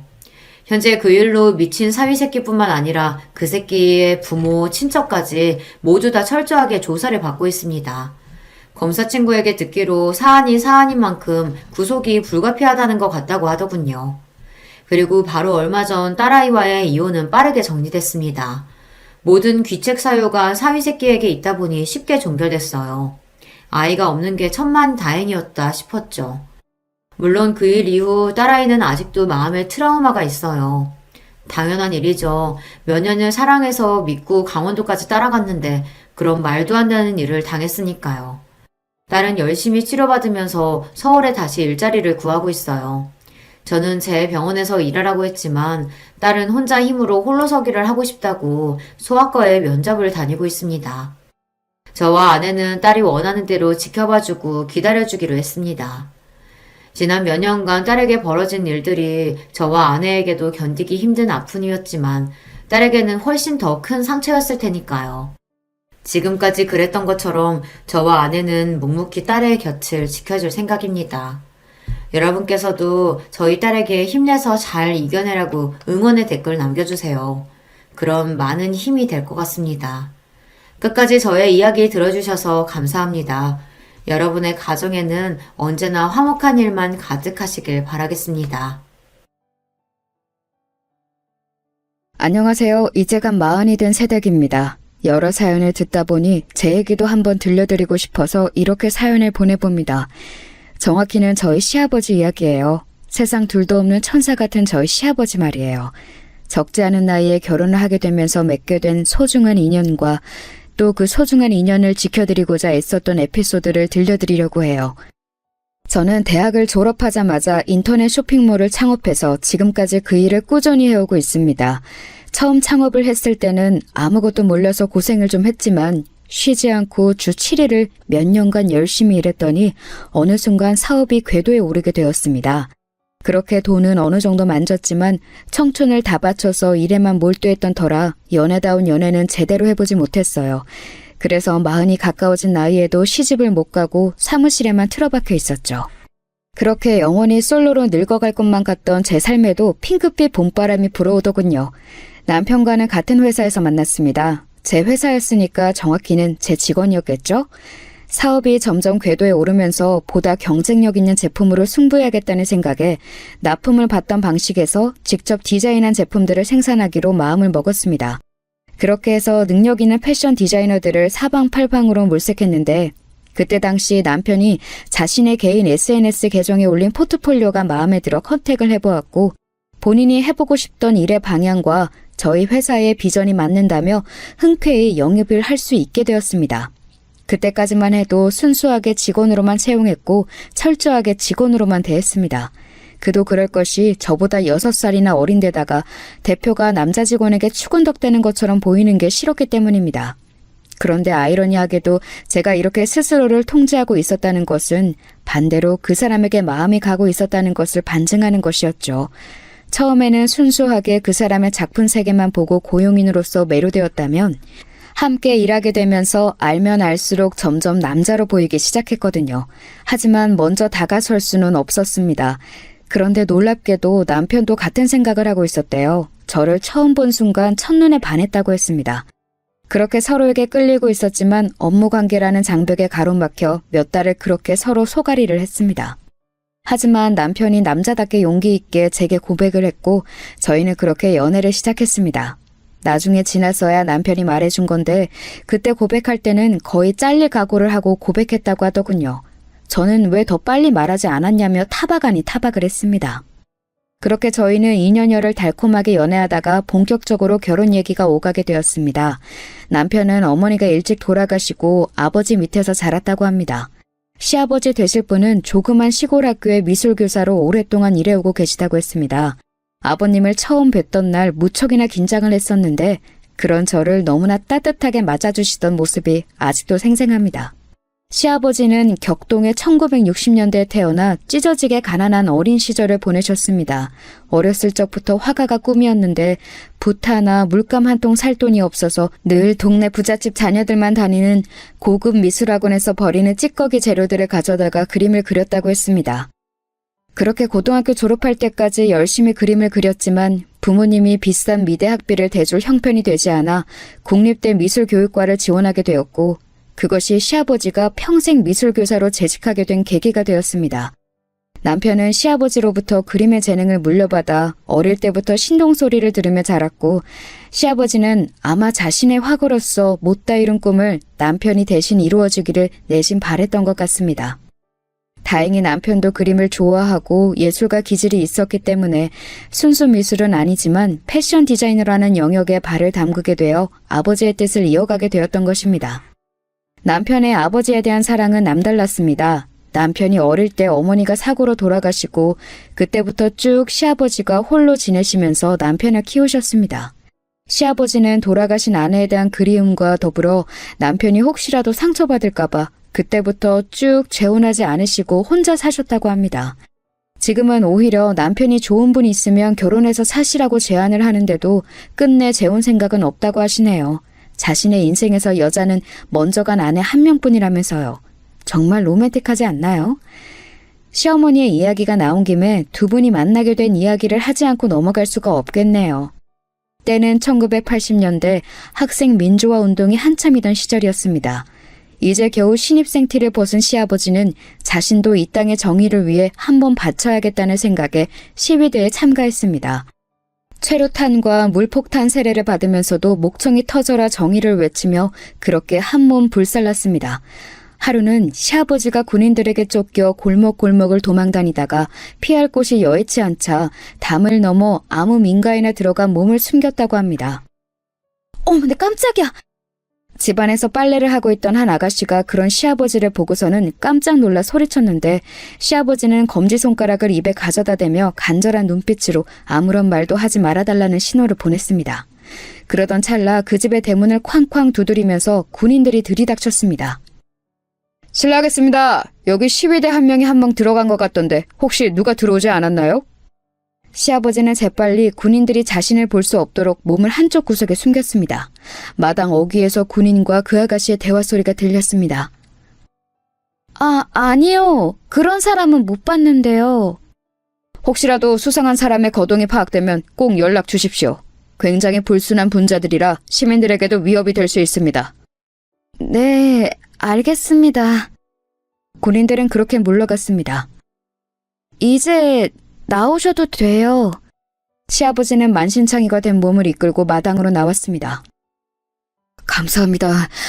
제 동지들 중 몇몇은 신미들 신고로 붙잡혀가기도 했는데 아가씨는 이렇게 저를 숨겨주셨으니 이 은혜를 어떻게 갚아야 할지요. 은혜라니요. 훌륭한 일 하시는데 제가 조금이라도 도움이 될 수 있다면 이 정도쯤이야. 정말 감사합니다. 감사합니다. 그렇게 시아버지는 황급히 자리를 떠났는데 그걸로 끝이 아니었습니다. 다음 날도 또 그 다음 날도 시아버지는 이쪽으로 도망만 오면 항상 이 집 담벼락을 넘어 숨었다고 합니다. 그때마다 착한 그 아가씨는 시아버지를 숨겨주었고요. 시아버지는 처음에는 군인들에게 붙잡힐 뻔한 위기의 순간을 넘기느라 이 집에는 도망치고 숨을 생각밖에 없었는데 몇 번을 반복해서 그러자 계속해서 자신을 숨겨주는 이 아가씨가 자꾸 눈에 들어오더랍니다. 빨래 바구니를 한 켠에 들고 조금은 당황했지만 수줍은 듯한 모습으로 서 있는 그 아가씨의 모습을 보는데 그렇게 이뻐 보일 수가 없더라면서요. 그날도 어김없이 군인들을 피해 도망치다 그 집에 몸을 숨긴 시아버지는 그날만큼은 잠시 본분을 망각하고 그 아가씨에게 말을 붙였습니다. 저 혹시 실례가 안 된다면 그동안 도와주신 보답으로 식사를 한번 대접하고 싶습니다만. 네? 식사요? 아, 네, 그럼. 그 아가씨는 처음에는 놀라는 듯 하더니 이내 수줍게 시아버지의 데이트 신청을 수락했습니다. 시아버지는 항상 여기저기 땅바닥에 구르고 최루탄을 뒤집어 쓴 모습으로 나타나는 자신의 겉모습 때문에 당연히 거절을 당할 거라고 생각했는데 의외로 그 아가씨가 수락을 해서 놀랍다고 했습니다. 네, 이 아가씨가 바로 시아버지의 운명의 사랑이자 제 남편의 어머니가 되실 분이었던 거죠. 그날 이후로 두 분은 매일 만났다고 합니다. 그렇게 두 분이 정이 깊어지자 시아버지는 둘의 앞날을 그려보게 되었고 사랑하는 사람과 함께하는 미래를 그리며 학생운동은 잠시 내려놓고 공부에 매진을 했습니다. 교육자로서 이 나라에 이바지하는 것이 또 다른 애국이 될 수도 있겠다고 생각을 하면서요. 그렇게 학업과 군복무를 마친 시아버지는 임용고시에 합격하자마자 시어머니와 결혼을 했습니다. 그리고 얼마 지나지 않아 씩씩한 사내 아이를 낳았는데 그 아이가 바로 지금의 제 남편이고요. 정말 행복만이 가득한 가정이었다고 합니다. 아내와 아들을 사랑하는 착실한 남편과 그런 남편을 또한 한없이 사랑하는 착한 아내, 게다가 이쁜 아들까지. 시아버지는 천국에 있다면 바로 이곳이겠구나 싶었다고 합니다. 하지만 그 에덴 동산 같던 평화로운 가정을 시기 질투라도 하듯 그 집에는 커다란 불행이 닥쳐오게 됩니다. 때는 남편이 6살 되던 해였습니다. 시아버지는 그간 자신의 뒷바라지를 하느라 집에서 고생만 한 아내를 위해 친구들끼리 신나게 놀고 오라며 여행을 보내주었습니다. 아이는 자기가 볼 테니 걱정하지 말고 다녀오라면서요.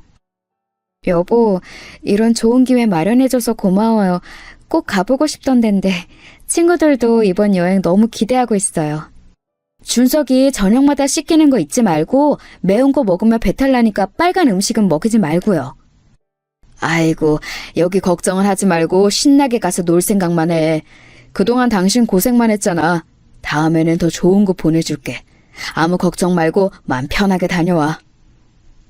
정말 고마워요. 여보, 사랑해요. 그렇게 떠난 충주 여행이 시어머니의 마지막 길이 되어버렸습니다. 꼭 한번 가보고 싶었다던 그 충주호 위에서 시어머니가 탄 유람선에 화재가 나면서 모두 불타고 시어머니는 그렇게 허무하게 세상을 떠나게 되었던 것입니다. 아마 기억하시는 분들 많으실 겁니다. 이 충주호 화재 사건은 성수대교 붕괴 사건 후 3일 만에 일어난 사건이라 세간의 충격을 더하는 엄청난 비극적인 사건으로 대한민국이 떠들썩했으니까요. 그 비극의 중심에 시어머니가 계셨다는 사실이 슬플 뿐입니다. 아빠, 엄마는 이제 안 와? 엄마는 먼저 하늘나라에 가서 준석이가 이 다음에 따라올 때 더 잘 살 수 있도록 예쁜 집을 지어놓고 기다리고 계셔. 저기 밝게 빛나는 별이 바로 그 집이야. 이 다음에 준석이 다 크고 나면 아빠랑 저기 엄마가 살고 있는 저 별나라로 함께 여행 가자. 싫어, 지금 갈래. 엄마 보고 싶어. 제가 엄마 보고 싶다고. 준석아, 아빠도 엄마가 너무너무 보고 싶단다. 6살 아이가 받아들이기에 엄마의 죽음은 너무도 크고 또 이해할 수 없는 영역이었습니다. 남편은 그렇게 어머니를 잃고 평생을 모성에 대한 그리움을 안고 살았다고 합니다. 어쩌면 나이 차이가 많이 나는 저에게 빠져든 것도 모성에 대한 결핍이 그렇게 만든 것 같다는 이야기를 한 적이 있어요. 그 이야기를 듣는데 저는 남편이 너무 짠해서 꼭 안아주었던 기억이 있습니다. 그날 이후로 시아버지와 남편의 삶은 고난의 연속이었다고 합니다. 항상 자신의 곁을 지켜주던 아내이자 엄마였던 큰 존재가 사라지고 나니까 감정의 슬픔은 물론 생활의 작은 부분조차 어찌 해결해야 할지 몰라 우왕좌왕했으니까요. 시아버지는 지금도 그때를 회상하시면서 다시 돌아간다면 도저히 살아낼 수 없는 삶의 순간들이었다고 말씀하십니다. 아내를 잃은 괴로움에 수차례 목숨을 끊을까도 고민하였지만 어린 아들을 돌볼 사람이 자신밖에 없었기에 이악 물고 하루하루를 버텨냈다고 합니다. 가장 큰 숙제는 어린 나이에 엄마를 잃어버린 아들을 어떻게 돌봐야 할지에 대한 것이었습니다. 시아버지는 큰 상실감을 겪었을 남편을 위해 그때 당시 한국에서 막 태동하고 있던 미술 심리 치료를 받게 해주었습니다. 어린 아이들은 언어로 표현하는 능력이 아직 부족하기 때문에 그림이나 만들기 등을 통해 표현된 심리를 읽어내는 미술 치료가 훨씬 더 적절하다고 합니다. 미술 교사였던 시아버지가 일찍이 그런 정보를 미리 접할 수 있어서 아들을 위해 그런 장을 마련해 놓았는데 그것이 남편의 미래를 결정하게 된 계기가 되었습니다. 심리치료를 목적으로 그리는 그림은 화가처럼 잘 그릴 필요도 없고 전문성도 필요치 않기에 치료받는 아이들은 가벼운 마음으로 자신의 마음과 생각을 간결한 그림으로 표현해내는데 남편은 거기서부터 남달랐다고 합니다. 엄마를 잃은 상실감에 대해서 표현한 그림이라던가 아빠에 대한 마음, 학교 생활과 선생님에 대한 생각과 마음을 표현한 그림을 시아버지가 아직도 보관을 하고 계셔서 한 번 본 적이 있는데 이곳은 67살 어린아이가 그렸다고 하기엔 너무나 천재적인 그림이었습니다. 그만큼 명확하게 남편의 생각과 내면 상태가 묘사되었기에 치료도 아주 효과적이었다고 합니다. 남편은 아직도 미술 치료를 받던 그 시절이 없었다면 지금의 자신은 없었을 것이라고 얘기하곤 합니다. 이런 남편의 미술 재능을 일찌감치 알아챈 시아버지는 틈만 나면 아들과 함께 그림을 그렸고 부자가 함께한 그 시간들이 아내와 엄마를 잃어버린 그들 각각의 상황을 극복할 수 있는 좋은 치유의 시간이 되었다고 합니다. 이런 돈독했던 부자관계도 남편의 진로를 놓고 약간은 삐그덕했던 적도 있다고 해요. 서두에서 말씀드린 것처럼 현재 남편은 패션 디자이너입니다. 순수 미술에서 특출난 재능을 보였던 남편이 갑자기 패션 쪽에 눈을 돌린 것은 한창 질풍노도의 시기인 사춘기 때였다고 합니다. 남편은 어느 순간 옷차림과 헤어스타일에 신경을 쓰기 시작했고 그리는 그림도 어느 순간 죄다 옷밖에 없었습니다. 틈만 나면 동대문을 기웃거렸고 어느 때부터는 원단을 사와서 이리 찢고 저리 박음질하고 하면서 스스로 옷을 만들어 보기도 했다고 합니다. 남편이 순수 미술을 전공하기를 바랬던 시아버지는 아들이 잠깐 사춘기 시절에만 저러고 말겠지 했는데 해가 갈수록 점점 더 패션 쪽으로 관심이 기우는 것 같아 내심 불안했다고 합니다. 그러다가 대학 입시를 준비할 때가 되었을 때 남편은 시아버지께 선언을 하게 됩니다. 아빠, 나 결심했어. 나 패션 디자이너가 될 거야. 응? 아니, 너 그림은 안 그릴 거야? 너 이 귀한 재능을 그냥 갖다 버리려고? 아빠, 나는 이게 재능 갖다 버리는 거라고 생각 안 해. 어차피 도화지에 선으로 그림을 표현하는 거나 원단을 가지고 예쁜 옷을 만들어내는 거나 똑같은 예술이잖아. 그렇게 볼 수도 있긴 하지만 이왕이면 아빠가 못 이룬 화가의 꿈을 대신 이루어주면 안 되겠니? 정 안 되면 둘 다 병행이라도 하면서. 에이, 아빠, 날고 기는 애들이 지금 이거 하나만 집중해서 지금도 수많은 경쟁 작품들을 만들어내고 있는데 나도 걔네들한테 뒤지지 않으려면 한 가지에만 집중해야지. 준서가 그러지 말고. 평생 아들이 하는 일에 한 번도 반대하지 않으셨던 시아버지는 이번만큼은 완고하게 남편을 계속 설득했다고 합니다. 하지만 남편 역시 뜻을 확고하게 세운 뒤여서 그렇게 시아버지와 남편 사이에는 묘한 신경전이 있었다고 합니다. 이때가 시아버지와 남편이 살면서 겪은 유일한 갈등이었다고 하네요. 그런데 그런 갈등을 해결하게 되는 계기가 또 있었다고 해요. 남편이 고등학교 3학년이 되던 해에 시아버지의 생일날이 다가왔습니다. 그때까지도 진로 문제로 시아버지와 신경전을 벌이고 있던 남편은 아버지를 위해 선물을 하나 준비했습니다. 그것은 바로 개량 한복으로 만든 정장이었습니다. 개량 한복 자체도 굉장한 패션 센스가 있어야 만들 수 있는 건데 그걸 서양식 정장과 접목해서 만든다는 것은 웬만한 재능이 있지 않고서는 불가능한 일이었습니다. 아니 이게 웬 거냐? 네가 직접 만든 거야? 아빠. 아빠도 학교에서 가끔 양복 입을 일 있잖아. 그때 한 번씩 이거 입어. 남편이 만든 개량 한복 정장이 너무나 고퀄리티여서 시아버지는 많이 놀라셨다고 합니다. 그리고 그걸 학교에 한 번 입고 간 날 동료 선생님들과 학생들의 폭발적인 반응에 시아버지는 생각을 달리하셨다고 합니다. 준서가 내가 졌다. 네 말대로 그림을 그리는 것이나 옷을 만드는 것이나 똑같은 예술 분야이고 이쪽 분야에도 이렇게 재능이 넘치는데 그 부분을 내가 가로막아선 안 되겠다는 생각이 드는구나. 하고 싶은 패션 디자인 공부 마음껏 해보거라. 진짜야, 아빠? 고마워. 나 진짜 아빠 실망시키지 않을게. 그렇게 멋진 패션 디자이너로 장성한 아들의 결혼 소식을 들었을 때 시아버지는 벅찬 마음을 감출 수 없었다고 합니다. 엄마 없이 호라비의 몸으로 키웠는데도 너무나 늠름하게 잘 자라준 아들과 그 아들의 아내가 되기로 결심한 제게 고마운 마음이 합쳐져서 더욱 그랬다고 합니다. 결혼식 날 하염없이 우시던 시아버지의 모습은 아직도 잊혀지지가 않습니다. 고맙다, 아가. 고마워. 시아버지는 제 손을 꼭 붙잡고 연신 고맙다는 말을 하셨습니다. 저도 감사해요, 아버님. 저희 정말 행복하게 잘 살게요. 저도 시아버지의 진심이 전해져서 함께 눈물을 흘렸습니다. 제 친구들은 제가 영원히 시집을 안 가고 싱글로 늙어 죽을 줄 알았는데 6살 연하의 훤칠한 훈남을 남편으로 맞이하니까 놀라움과 부러움을 감추지 못했습니다. 그렇게 많은 이들의 축복 속에 치러진 결혼식은 무사히 막을 내렸습니다. 저희의 결혼과 동시에 시아버지의 인생에도 큰 변화가 다가왔습니다. 바로 오랫동안 재직하셨던 교사를 은퇴할 정년이 다가온 것인데요. 시아버지 개인에게 있어서는 자녀의 결혼과 직업의 은퇴라는 큰 변화를 한 시기에 다 맞이하게 되어서 시아버지 당신께서 나중에 회상하시길 말년의 질풍노도의 시기를 다시 한번 겪는 것 같았다고 하셨습니다. 아버님, 은퇴하시고 제일 하시고 싶은 일이 있나요? 나는 있지. 은퇴하면 꼭 세계의 유명한 미술관들을 다 돌아다니면서 살고 싶어. 늙어서 주책일지 모르겠지만 유럽에 가서는 나도 젊은이들 따라서 벽화도 한번 그려보고 싶고 준석이 키우느라 언제고 가야지 계획만 세우고 있다가 세월이 이렇게 흘려버렸구나. 이제야말로 진짜 미루지 말고 한 몇 년간 나갔다 오고 싶어. 너무 좋은 생각이에요, 아버님. 저희가 보내드릴 테니까 편하게 다녀오세요. 아니다. 나는 내 돈으로 다녀올 거야. 그동안 조금 모아놓았던 돈들이랑 이번에 새로 구한 일로 얼마간 모으면 금방 마련될 거다. 네? 일이라뇨? 이제 막 은퇴하셨는데 무슨 일을 또요? 그게 말이지. 시아버지는 은퇴하며 꼭 해보고 싶은 일이 미술관 세계여행 말고 하나가 더 있다고 하셨는데 그것은 다소 뜬금없게도 건물 경비 관리자 일을 해보시고 싶다고 했습니다. 흔히 우리가 알고 있는 그 경비 아저씨 말이에요. 경비라뇨?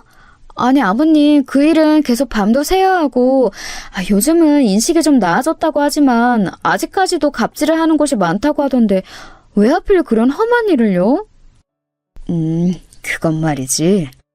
시아버지는 계속 말씀을 이어나갔습니다. 시아버지가 찢어지게 가난하던 초등학교 시절 그림은 너무 그리고 싶은데 물감도 붓고 심지어 연필도 없던 그 시절에 방과 후면 몰래 미술실에 숨어 들어가서 거기 있는 재료를 조금씩 가져다가 그림 연습을 했다고 합니다.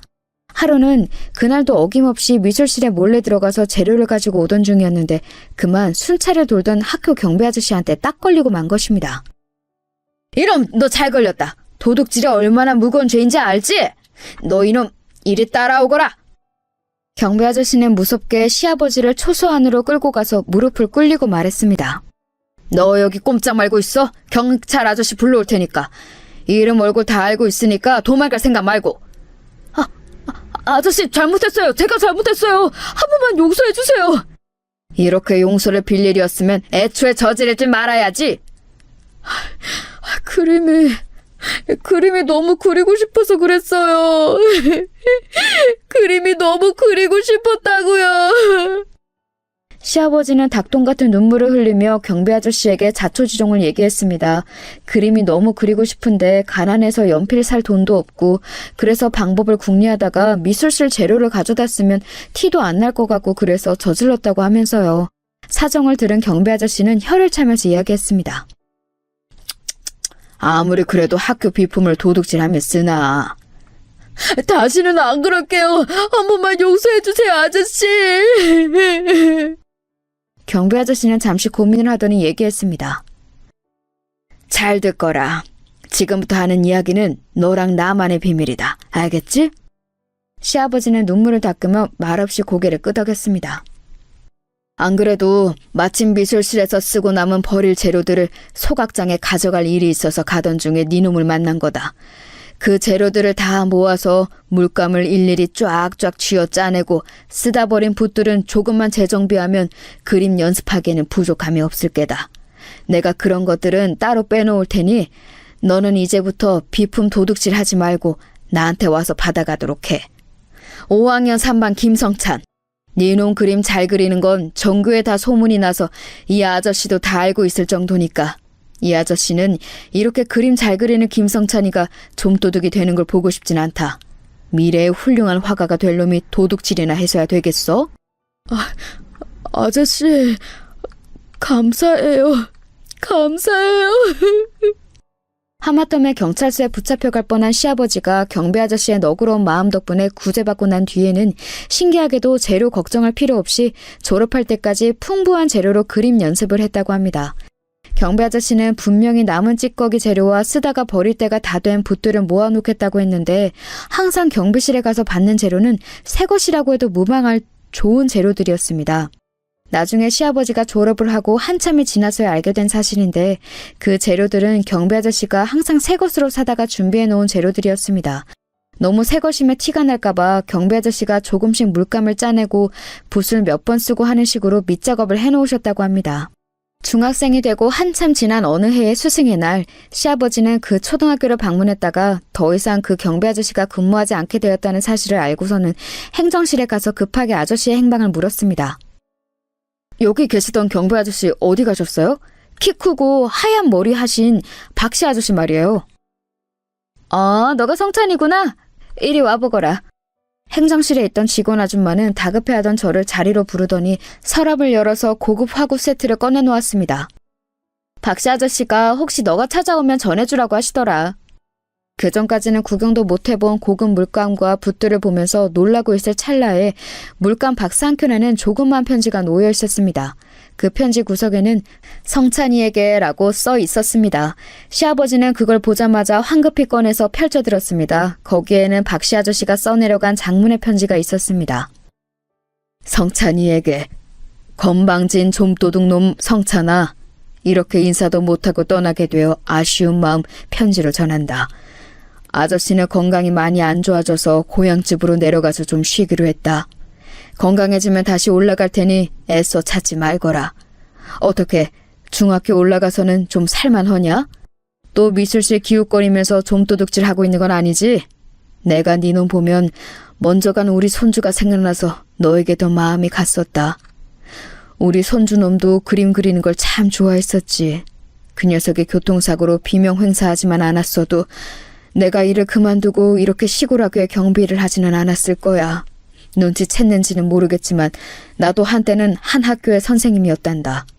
아이들 잘하는 거 보는 낙으로 인생을 평화롭게 살아가던 평범한 교사였어. 은퇴를 몇 년 앞두고 있을 때쯤 학교에 놀러온 손주 녀석을 데리고 학교 앞 문방구에 군것질거리를 사주러 함께 갔다가 잠시 눈을 뗀 사이 언덕길에서 굴러내려온 큰 트럭이 손주 녀석을 치고 만 거야.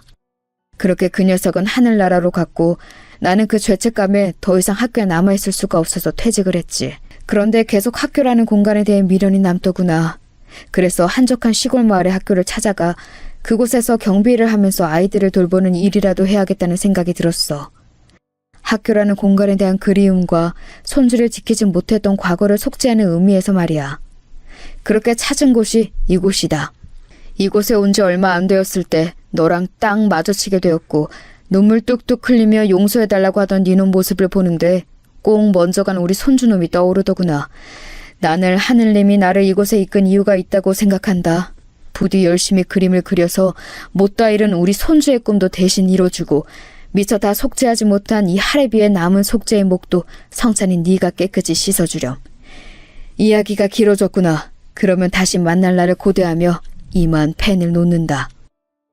길게 써내려간 편지를 읽고 있던 시아버지의 눈에서도 수도꼭지를 튼 듯 눈물이 주르륵 흘러내렸습니다. 그것을 발견한 행정실 직원 아줌마는 황급히 달려와서 물었습니다. 예, 괜찮니? 무슨 일이야? 아저씨가... 박씨 아저씨가... 자초지종을 들은 행정실 아줌마는 이야기를 하나 더 덧붙였습니다. 그것은 앞서 말한 물감에 관한 이야기였습니다. 아이고, 그 영감님, 왜 그렇게 없는 돈에도 새 물감이랑 붓을 자꾸 학교에 사오시나 했더니 그 이야기를 들은 시아버지는 흠칫 놀라며 물었습니다. 새 물감이라뇨? 혹시 물감이요? 무슨 물감은 너 준다고 산 물감이지. 맨날 우리 손주놈 줄 물감이에요 하면서 꼭 끄라고 다니셨지 뭐냐? 네? 그러면 그 물감들이 다 새거? 아저씨! 미술실에서 버릴 것들은 모아서 제공해주겠다는 물감이며 붓들이 사실은 경비 아저씨가 사준 새 것이라는 걸 알게 되자 시아버지는 그 자리에서 오해를 하며 울었다고 합니다. 그 이후로 경비 아저씨의 행방을 오랜 세월 수소문했지만 찾을 수 없었다고 합니다. 오죽하면 빨리 유명한 사람이 되어서 TV는 사랑을 싣고에 나와서 아저씨를 찾고 싶을 정도였다고 합니다. 정말 나중에 성인이 되고서도 한참 지나서야 아저씨의 친척들과 연락이 닿아서 소식을 듣게 되었는데 그때 당시 이미 학교를 떠나실 때쯤에 불치의병으로 요양을 하러 떠나신 거였고 얼마 지나지 않아 세상을 떠나셨다고 합니다. 시아버지는 그 소식을 듣고 역시 한참을 슬픔에 잠겨 지내셨다고 해요. 시아버지는 영화 파인딩 포레스터 이야기를 자주 하셨습니다. 파인딩 포레스터는 주인공 남자아이가 포레스터 아저씨의 도움을 받아 점점 성장해 나가는 이야기인데요. 저도 시아버지의 추천을 받아 뒤늦게 보게 되었는데 정말 재미있는 영화이니 혹시 안 보신 분들이 있다면 꼭 한번 보시길 바랍니다. 아마도 시아버지가 이 영화 이야기를 자주 했던 것은 주인공들 도와줬던 포레스터 아저씨에게서 자신을 한없이 도와주던 경비 아저씨가 생각이 나서 그러셨던 것 같아요. 그만큼 어릴 적 강렬했던 경비 아저씨의 기억이 시아버지 기억 속에 남아있던 것입니다. 나도 그 박씨 아저씨처럼 세상에서는 주목하지 않는 자리일지 모르지만 내 도움이 필요한 사람들 곁에서 내가 받았던 사랑을 한없이 베풀면서 한번 살아보고 싶어. 혹시 모르지? 어린 날에 이 김성찬 같은 사람을 내가 또 만나게 될지? 시아버지는 긴 회상을 마치며 자신이 꼭 해보고 싶었던 경비관리자 일에 대한 포부를 밝히셨습니다. 이왕이면 자신에게 도움을 주었던 박씨 아저씨처럼 학교의 경비관리자로 일을 구했으나 그 자리는 이미 다 차게 되어서 일반 건물의 경비를 찾고 있다고 하시더군요. 아버님 마침 잘 됐네요. 제가 아는 곳에 경비관리자 한 명이 결혼이 생겨서 구하고 있다고 하던데 한번 지원해 보시겠어요? 그래? 좋지. 내가 며느리 덕 톡톡히 보는구먼. 마침 제가 아는 건물에서 경비관리자 한 분이 막 퇴사를 하셨고 그 건물에서 기본적인 일을 배우시다 보면 나중에 학교 경비관리자로 근무하게 되셔도 수월하실 것 같다는 생각에 시아버지께 제안을 드렸습니다. 시아버지는 더 지체할 필요도 없다며 다음날 바로 면접을 보러 가셨고 워낙 공무원으로 오래 성실하게 재직하셨던 경력이 인정을 받아 바로 합격을 하시고 근무를 하시게 되었습니다. 저는 시아버지의 다사다난했던 지난날에 대한 위로와 앞으로의 새 출발에 대한 응원의 마음을 담아 고급 과일 꾸러미를 한 다발 사서 가져다 드리기로 계획했습니다. 사실 시아버지가 근무하는 첫날 그것들을 드리면서 응원하고 싶었는데 갑자기 회사 업무가 바빠지기도 했고 준비하기로 했던 고급 과일들의 수입 물량이 딸려서 다음 달에나 들어온다는 소식을 들었습니다. 어영부영 시간이 흐르다 보니 시아버지가 경비관리자 일을 시작한 지 2달이 되어서야 과일 바구니를 들고 찾아뵙게 되었는데 저는 좀 더 일찍 찾아뵙지 못하고 그제서야 찾아뵙게 된 것을 무척이나 후회했습니다. 왜냐하면 그날 입에 담지도 못할 황당한 일을 경험하고 말았거든요. 시아버지가 일하시는 건물에 도착을 하니 마침 시아버지가 앞선 차량에 주차 안내를 하고 계셨습니다. 안녕하세요. 어떻게 오셨나요? 네, 저의 이 건물 6층 방문 차량인데요. 혹시 이 앞에 잠시 세워두고 올라갔다 와도 되나요? 원래 6층은 방문 차량은 주차를 할 수 없게 되어 있는데 얼른 갔다 오신다고 약속하시면 제가 여기 한켠에 잠시 세울 수 있게 해드리죠. 네, 얼른 다녀오겠습니다. 감사합니다. 멀리서 지켜보는 시아버지의 모습 역시 평소 천사와 다를 바 없는 따뜻한 모습 그 자체였습니다. 천사가 얼마 전까지는 선생님 옷을 입고 있다가 잠시 또 경비 아저씨 옷을 입고 있는 것 같았다고나 할까요? 그런데 그 평화를 깨는 한 목소리가 들려왔습니다. 어이 김씨, 일로 와봐.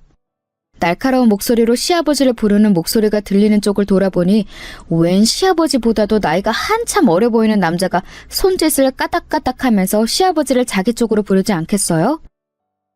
아이고, 최 실장님 오셨어요? 아, 빨리 안 오고 뭐해? 아이고, 예. 어이, 김씨, 자꾸 이럴 거야? 여기다 주차 함부로 못 되게 하라고 몇 번을 말해, 어? 여기는 내가 되는 자리라고. 아이고, 죄송하기도 했습니다. 애초에 실장님 되실 자리는 옆에도 충분해 보여서, 게다가 이 손님들은 금방 내려온다고 하셔서. 헛소리 집어치지 못해? 앞으로 내가 되는데 옆에 차 없도록 해. 알겠어? 아니, 그래도 옆에 이렇게 남는 자리가 많은데 왜... 어허, 노인네가 왜 이렇게 말귀를 못 알아먹어?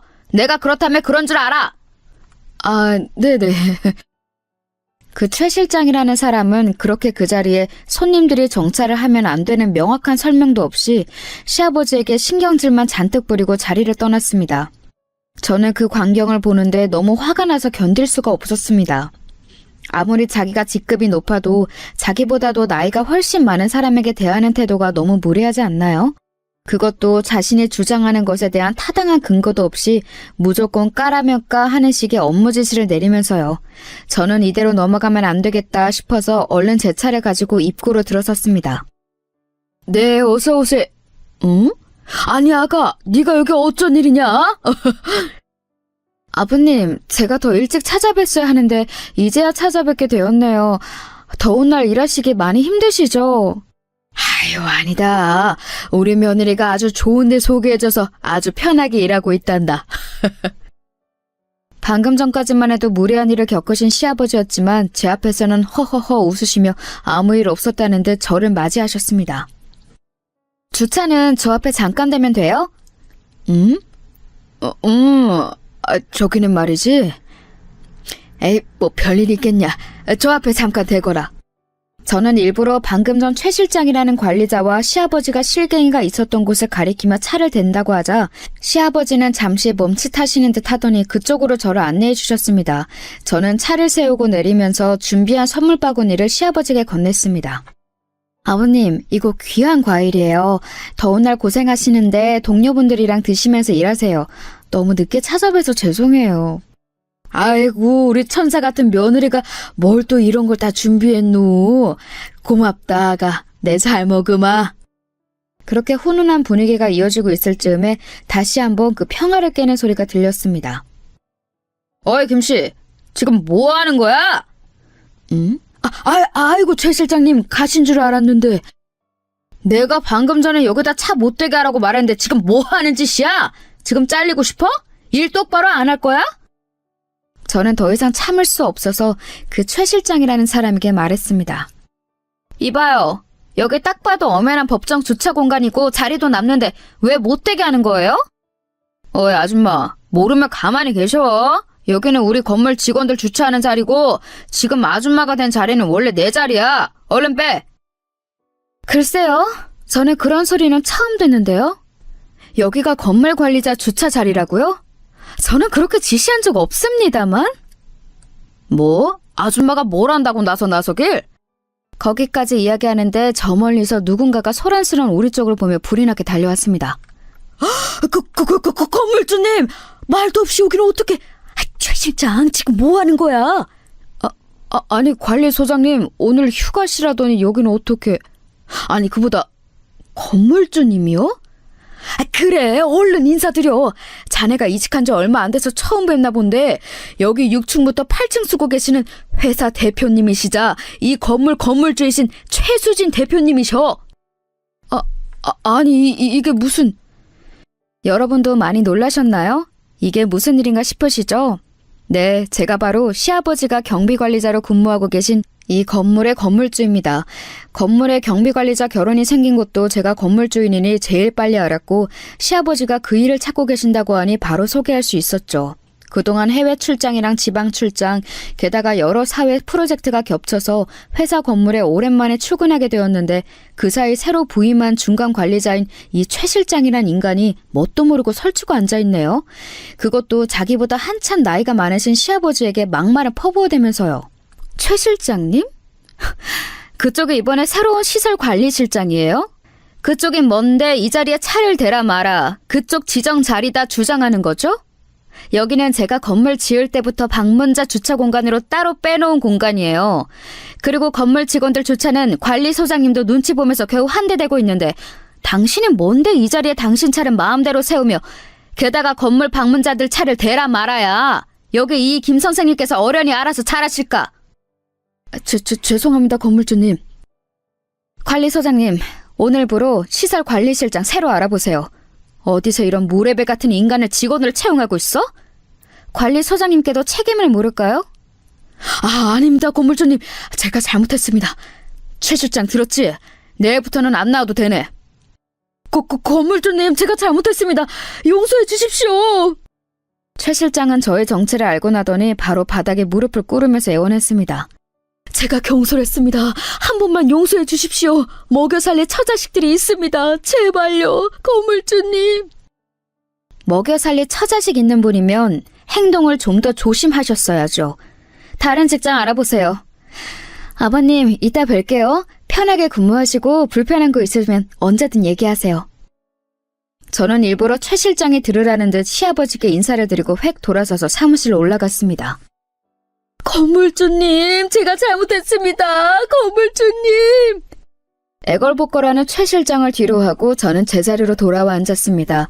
감히 천사 같은 제 시아버지에게 이딴 식으로 무례하게 굴다니 잘려도 싸지요. 이쯤 되면 제가 어떻게 이 건물의 건물주가 되었는지 궁금하시죠? 제가 운영하던 인터넷 쇼핑몰은 2010년도쯤에 방송을 한번 타면서 유명세를 타기 시작했고 저는 그 기회를 놓치지 않고 SNS 홍보에 총력을 기울였습니다. 2010년 되면은 많이들 들어보셨을 페이스북이나 인스타그램이 막 붐을 일으키던 시기였거든요. 경쟁 업체들은 홍보 채널을 어디에 주력할지 고민하고 있을 때 저는 발빠르게 시대를 잃고 이쪽에 올인을 한 것이었죠. 결과는 대성공이었습니다. 매출 곡선이 수직 상승을 했고 엄청난 영업이익을 냈습니다. 저는 거기서 그치지 않고 그것을 기반으로 과감한 부동산 투자를 감행했습니다. 몇 번의 매수와 시세 차익을 얻고 되파는 과정을 거치고 나니 어느새 자체 사옥을 가진 그것도 관리부를 따로 둘 정도의 큰 규모의 건물을 가진 인터넷 쇼핑몰로 급성장을 해 있더군요. 이 정도 건물주면 일개 시설관리실장이 깨갱하고 무릎을 꿇을만 하죠. 제가 웬만해선 재산 자랑도 잘 안 하고 그걸 근거로 사람을 찍어 누르지도 않지만 제 가족에게까지 무례하게 구는 사람은 혼쭐을 내줘야 직성이 풀리거든요. 그래서 이번만은 못 참고 실력 행사를 좀 했습니다. 그런데 잠시 후 제 비서로부터 전화가 왔습니다. 대표님, 잠시 1층 경비 아저씨가 뵙겠다고 찾아왔는데요. 네? 얼른 안으로 모셔요. 제가 올라온 지 얼마 안 있어 시아버지가 제 사무실로 찾아오신 것입니다. 아버님, 여긴 어쩔 일로 오셨어요? 우리 아가 이렇게 늠름하게 대표 자리에 앉아있는 걸 보니 내가 다 자랑스럽구나. 내가 올라온 것은 다름이 아니고 그 최 실장이 있지 않니? 네, 아버님. 제가 신경 못 써드려서 죄송해요. 미리 상황 파악하고 있었어야 하는데 다시는 이런 일 없도록 할게요. 정말 죄송해요. 아니, 그게 아니고 그 최 실장을 이번 한 번만 용서해주면 어떻겠니?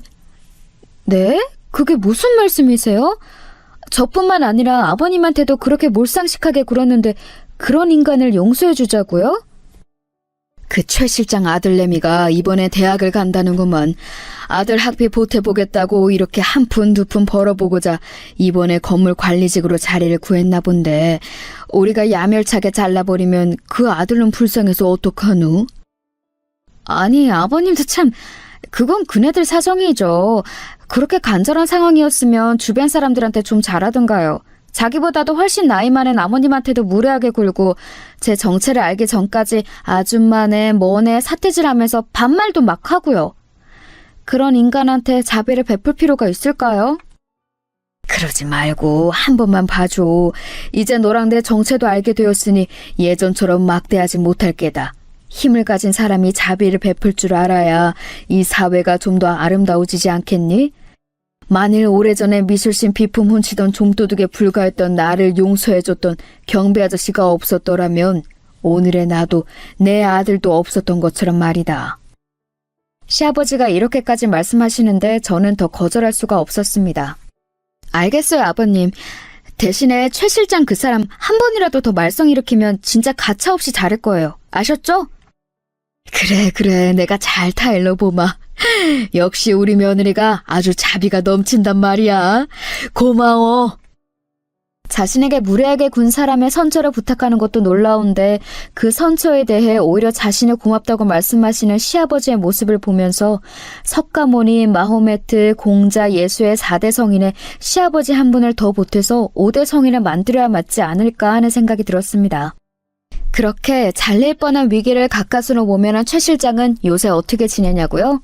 말만 중간 관리자일 뿐 말단 경비인 시아버지에게 꼼짝을 못한다고 합니다. 시아버지를 볼 때마다 두 손을 공손하게 모으고 90도로 인사를 한다고 해요. 저도 지나가다가 그 인사하는 모습을 몇 번 목격했는데요. 볼 때마다 얼마나 통쾌한지 1.5리터 사이다를 원샷으로 들이키는 느낌이 듭니다. 이 사건이 있었던 게 벌써 1년이 지났네요. 그때부터 지금까지 하루도 쉬지 않고 성실하게 일하신 시아버지는 이제 미뤄왔던 세계 미술관 투어를 본격적으로 계획하고 계십니다. 이 여행이 끝난 뒤에는 그토록 하고 싶었던 초등학교 경비관리자 일에 다시 문을 두드려 보신다고 하네요. 저희가 돈을 좀 보태드린다고 몇 번을 말씀드렸는데도 끝끝내 온전히 자신의 돈으로 다녀오시겠다고 고집을 부리셔서 저희가 두 손 두 발 다 들었습니다. 대신 이번 가을쯤에는 뉴욕 미술관 투어를 돌고 계실 예정이라고 해서 그 일정만 저희가 돈을 보태기로 하고 저희 부부도 그때 휴가를 내서 합류하기로 했습니다. 아들이랑 꼭 해외 미술관 여행을 가보고 싶었는데 며느리까지 같이 해서 가면 너무 좋겠다며 아이처럼 좋아하셨습니다. 저는 천사 같은 시아버지의 앞날을 한없이 응원합니다. 자신에게 침을 뱉는 무례한 사람에게도 용서와 사랑을 베풀 줄 아는 시아버지는 은퇴 이후에도 세상의 빛을 밝게 비추며 자신의 주변 사람들을 행복하게 만들면서 살아가실 것입니다. 저희 부부도 그런 시아버지를 본받아 세상의 빛이 되는 사람들로 살아가 보려고요. 제가 준비한 사연은 여기까지입니다. 모두 좋은 하루 보내세요.